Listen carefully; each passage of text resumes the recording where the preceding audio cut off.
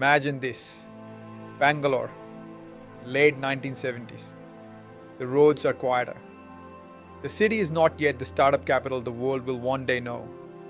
No billion-dollar founders, no glossy business magazines, no podcasts calling entrepreneurs visionaries, just factories, old rules, and doors that close fast.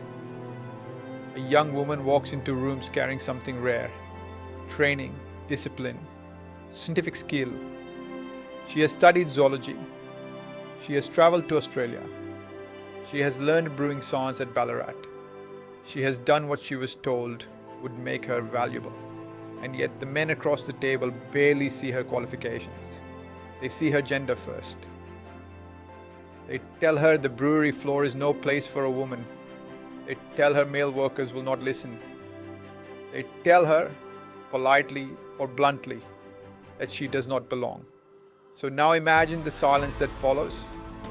Not the dramatic silence from a film, the real one. The one that sits in your chest when your future is being rejected by people who never truly considered you in the first place. This is not the story of a woman who was welcomed into industry. This is the story of a woman who was shut out of it, and what she built because of that. Her name is Kiran Mazumdar-Shaw. She was born on March 23, 1953 in Bangalore, India.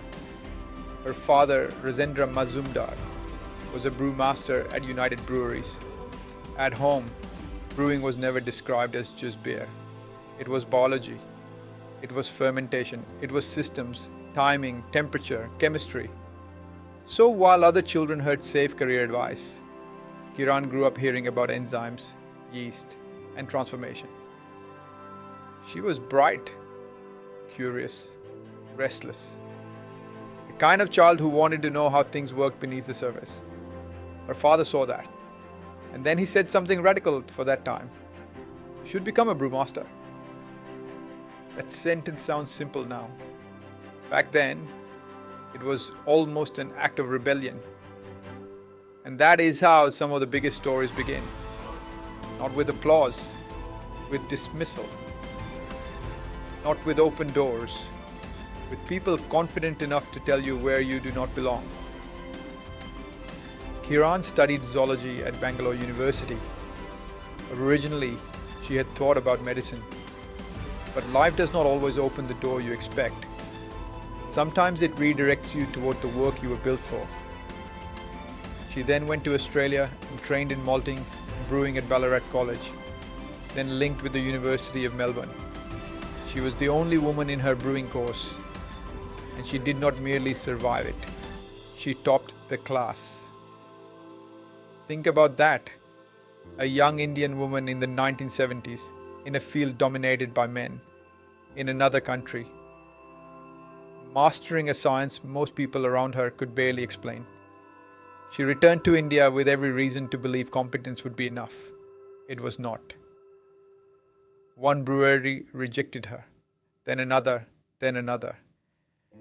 Each rejection carried the same message in a different outfit. You may be qualified, you may even be exceptional, but this industry is not ready for someone like you.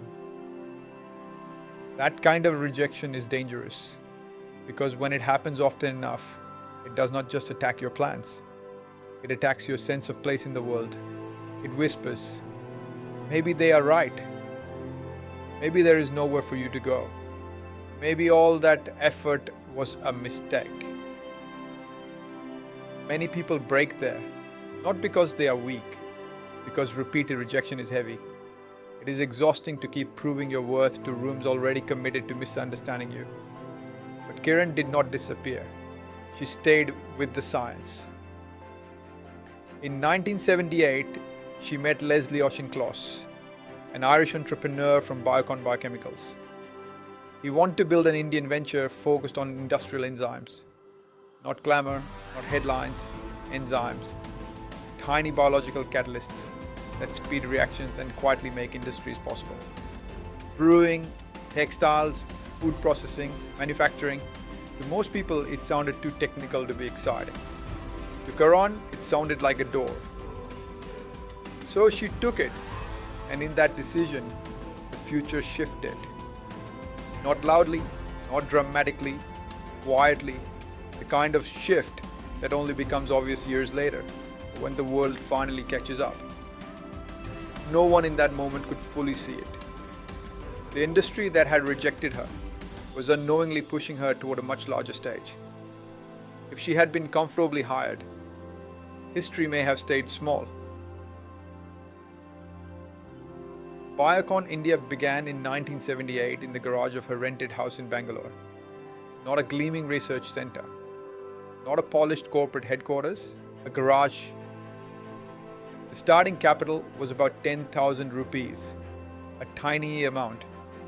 The sort of number people mention when they want to make a success story sound inspirational. But numbers like that feel very different when you are the one living inside them.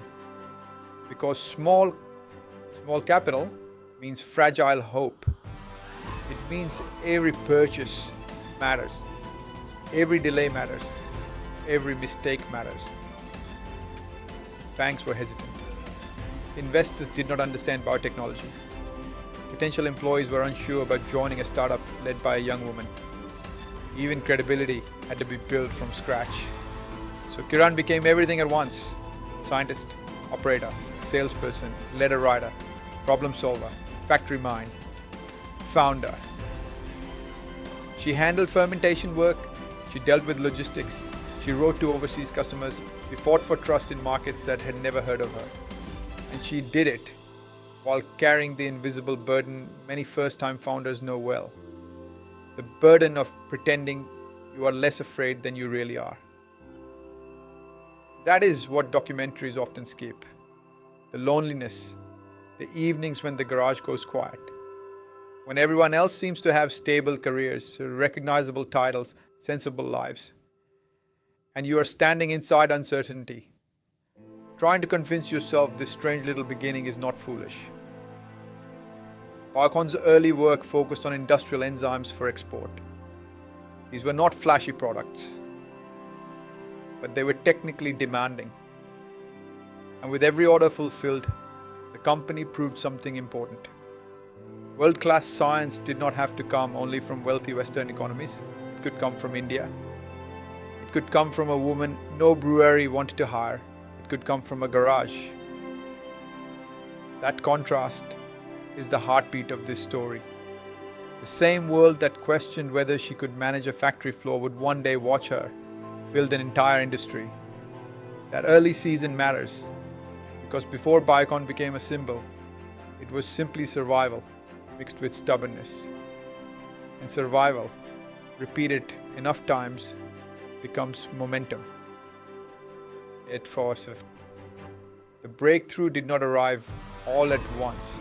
It came in layers. One customer, then another. One proof point, then another. A little more trust, a little more scale, a little more room to breathe. By the late 1980s and into the 1990s, biotechnology was beginning to transform medicine. And Kiran understood something profound. The fermentation science she had studied for brewing could be used for something far bigger than beer. It could help make medicine. That insight changed everything. Because insulin, biologics, and later biosimilars were not abstract market opportunities. They were tied to real human need. People with diabetes, patients facing cancer, families carrying impossible treatment costs. In many parts of the world, life-saving therapies existed, but affordability did not. Science had advanced, access had not. Kiran saw the gap, and instead of building only for prestige, she built toward impact. Biocon moved deeper into biopharmaceuticals. It invested in research. It expanded its capabilities. It kept pushing against the assumption that India could not become a global force in high-end biotechnology. Then in 2004, came the moment the financial world could no longer ignore: Biocon's IPO.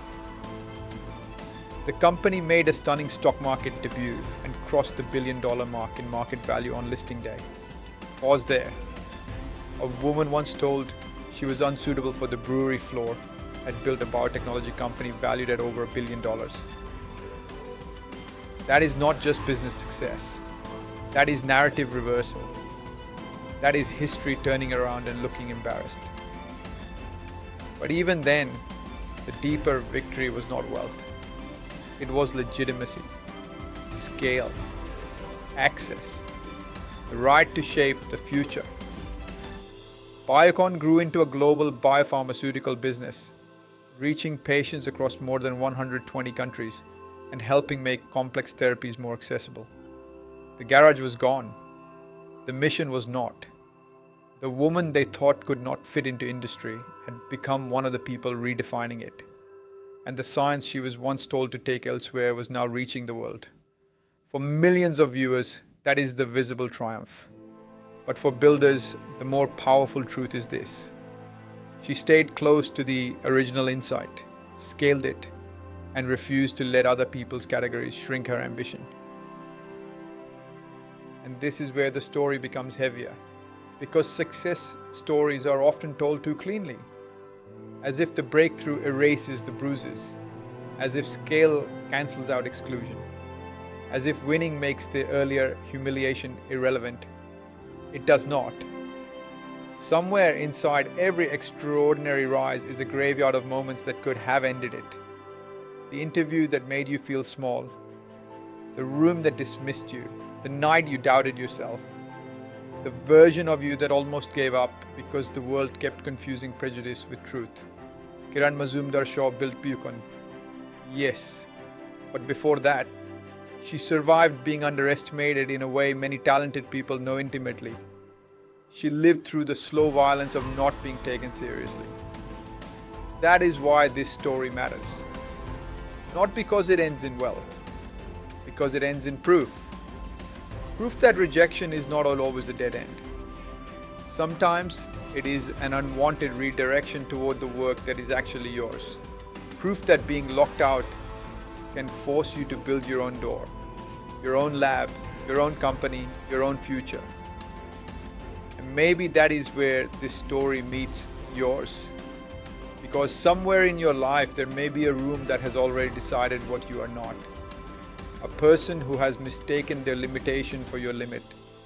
A system that wants your obedience more than your potential. Do not hand them the pen. Kiran's story reminds us that the people who reject you may think they are defining your future. Sometimes they are only writing the first dark scene of a much greater film.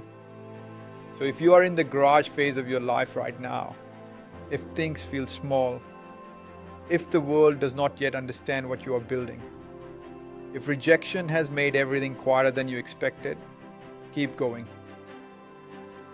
Because possibility does not ask for permission. And greatness does not always begin with applause. Sometimes it begins with exclusion, sometimes with insult, sometimes with being told no so many times that building your own way becomes the only honest answer left. The pen is in your hands. This is 86,400 stories. If this story moved you, subscribe. And remember, every second counts. Every second writes. Every second becomes a life. What you do with yours is still being written.